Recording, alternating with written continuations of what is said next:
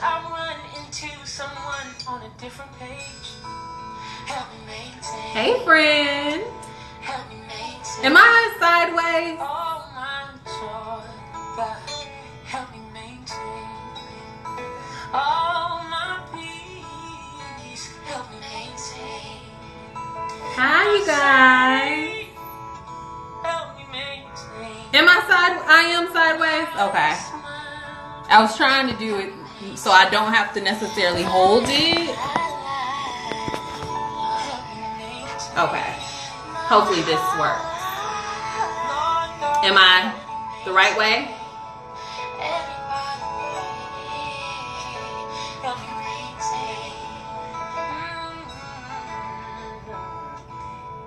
Hi, thanks, boo. I feel though I look a mess because I'm like, yeah, I need my hair done and all of this. But yeah, long day.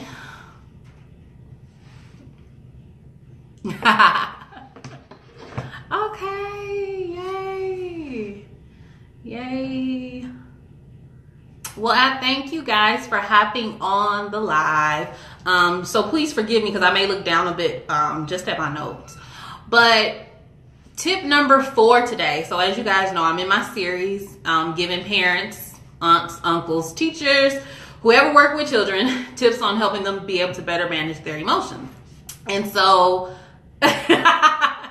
so tip number 4 is acknowledging. And so when I mean acknowledging, I'm talking about both acknowledging the emotion that the child is currently feeling and currently in, as well as giving them verbal praise for when they are doing really good, being able to cope with situations that you know they probably would have had a meltdown with. And so when we verbalize that we understand their emotions, the child is able to feel loved and understood. You know, and sometimes I ask parents to look at it at us. When we have somebody speaking to us out loud and acknowledging how we feel genuinely and sincerely, we know that it makes us feel good. And so even with the acknowledging piece, us as parents, we have to keep that level tone. So we can't increase our voice. Like, we have to maintain it for them to really understand that what they are feeling is okay, and reinforcing them working through those emotions. And when we acknowledge, it's like a roadmap to being cooperative. So that increases the cooperation of the child. So it's not saying, though, that we're giving up our powers as adults and that we're letting the child win. I'm not saying any of that, because I know some of y'all are probably like, what? I ain't gotta acknowledge no feelings. I'm the parent. And I understand, because I'm a mama of 2. So I definitely understand. But no, it just allows for easier cooperation for the child to decrease those behaviors that they are currently exhibiting at that moment. And you know what? I have a funny story. I always try and use my kids to just make it more relatable. But my son Josiah, he's 10. He wants like a Snapchat, Instagram, YouTube video page and all of that. And you know, I know it's some kids that have one, but for me, I told him no, and he instantly got frustrated. And so, you know, I let him have his moment. Like, he wasn't yelling or anything like that, but you can easily tell he was frustrated.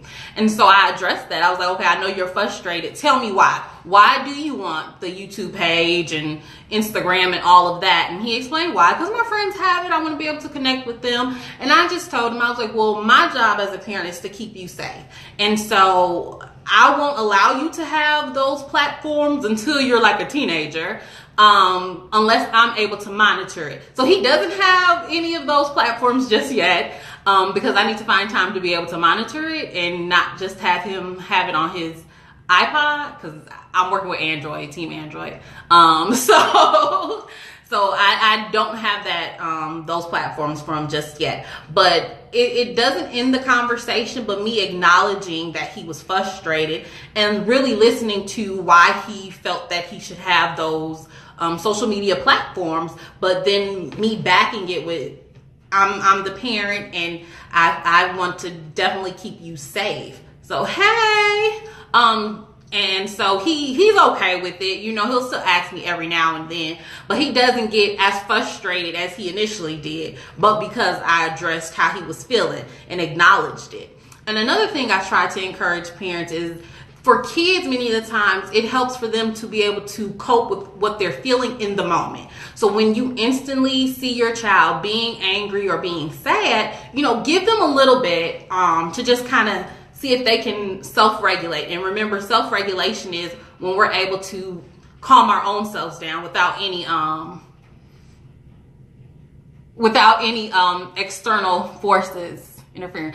Sorry, y'all, I'm trying to read. That's cool that we are teaching our kids how to realize their emotions and learn.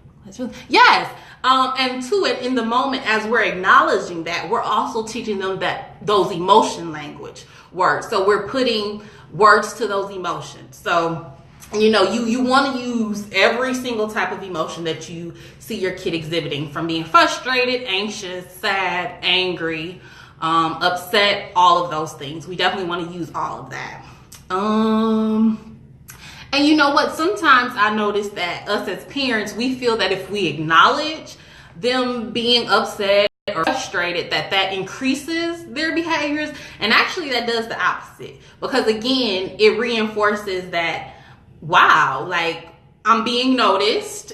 But again, we are staying with the neutral tone.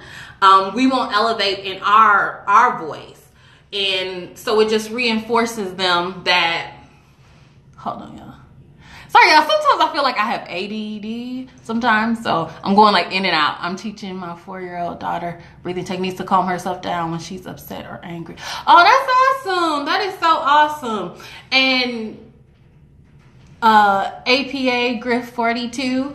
Yes, so that is really cool at such a young age, because the earlier interventions that we can get, the better the child is likely as they get older to be able to self-regulate on their own without any help from the outside world. So that's really cool. That's so cool. Me and my kids do mindfulness stuff. So we do breathing techniques that really helps them calm down. So we do a lot of stuff in the morning, and then we pray after. Hey. And so that really helps. Let me see if I skipped over anything. So even as we're teaching them in the moment, that will also be a good teaching moment for them to know their warning signs. So like I said, teaching kids about emotions is really beneficial if we can catch them in the moment of those feelings, because, you know, a lot of the times we see a lot of kids that are angry, and we may try and work with them to help them be able to cope with the anger after the fact. But if we can catch them in the moment, it will stick with them. And so when I'm talking about warning signs, I'm talking about those things that will precipitate to make them elevate to the next level of whatever emotion that they're feeling. So whether you see them getting sweaty, or their heart is beating really fast, clenched fist, pouty face, these are all warning signs that you can help them be aware of too in the moment. Thank you. So yes, do you guys have any questions, as I'm like looking over to make sure I didn't miss anything about acknowledging as a parent?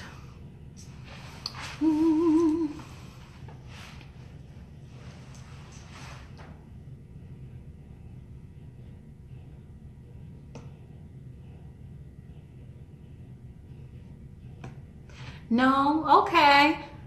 Hey. I just finished up. Anybody has questions? Because I just talked about acknowledging, and so sharing with parents that we want to acknowledge both the behaviors. Oh, thank you. So just making sure that we acknowledge the behavior, the emotion in the moment, as well as when they're doing good, for that verbal praise, because we want them to be able to continue to be able to cope with the emotions, and just for them to know that every angle is being observed, and not just when we feel like they're having a meltdown, when they actually are doing good. Oh, thank you. Yes. So any questions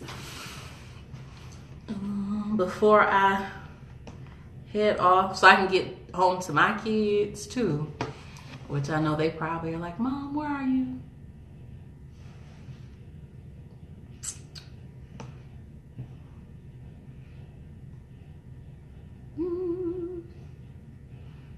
Let's see. Well, you guys can definitely go replay this. This will be uploaded on my YouTube channel, The Evolving Chair. I upload it right after I'm done, and so you can find it on there. That emotions aren't right or wrong. They just are emotions. Reactions can be positive or negative. Exactly. Yep, exactly. And my other 3 tips, I definitely highlighted that. I think it was the 3rd one that I really talked about. Emotions are just natural, and we want to definitely acknowledge them because we want kids to feel the feels. We don't want them to hold and bottle everything in. We definitely don't want them to do that. Yes. But yeah, you guys can definitely go to my YouTube channel to catch up on the tips that you may have missed. I accidentally did not save my tip number 3 after I did my live. So I don't have that one, but that's okay. Because at the end of this series, so I have one more tip left, tip number 5, that I'll share next week. You can, I'll have a link for you guys to download a PDF. You're welcome, boo. Yeah, so I'll have a PDF where you guys can go download it, all 5 tips. And yes, so just go to my YouTube channel, The Evolving Chair, and subscribe. Because you can definitely find my videos there. And if you have not yet signed up for my newsletter, please click my link in the bio and click the tab that says newsletter. So you can sign up, and when you sign up, you get a special gift that you can use on some merchandise. So yes, please, please, please share. All right, you guys. I hope you guys be well. Oh, thank you for sharing these helpful tips. Definitely needed in our community right now. I'll share this with my husband. He's a high school teacher. Oh, thank you so much. That is so awesome. Yes. Yeah, these tips anybody can use working with kids. So yes, please share with people that you feel might benefit from them. So yes, you guys be well, and I will see you next week, Monday.